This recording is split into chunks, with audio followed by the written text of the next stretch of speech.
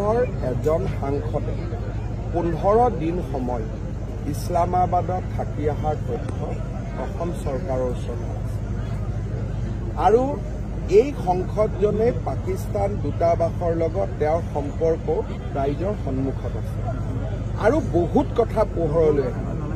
ছেপ্টেম্বৰ মাহৰ ভিতৰত এজন গৌৰৱী পিতৃৰ সন্তান কেনেকৈ দেশৰ বিৰুদ্ধে যাব পাৰে তাৰ জল পট প্ৰমাণ আমি এক্সপ'জ বুলি নকওঁ, দেশৰ স্বাৰ্থত ৰাইজৰ সন্মুখত আনিব লাগিব।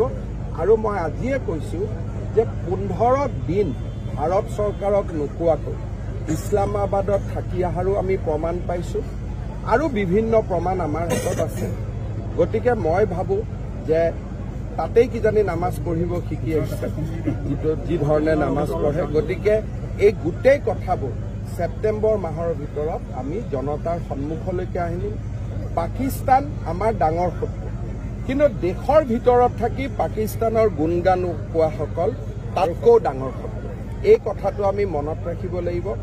বাহিৰৰ মানুহজনক দেখিলে গম পাওঁ ই আমাৰ শত্ৰু, কিন্তু নিজৰজনক ঘৰত থাকিলে আমি গম নাপাওঁ এওঁ আমাৰ শত্ৰু।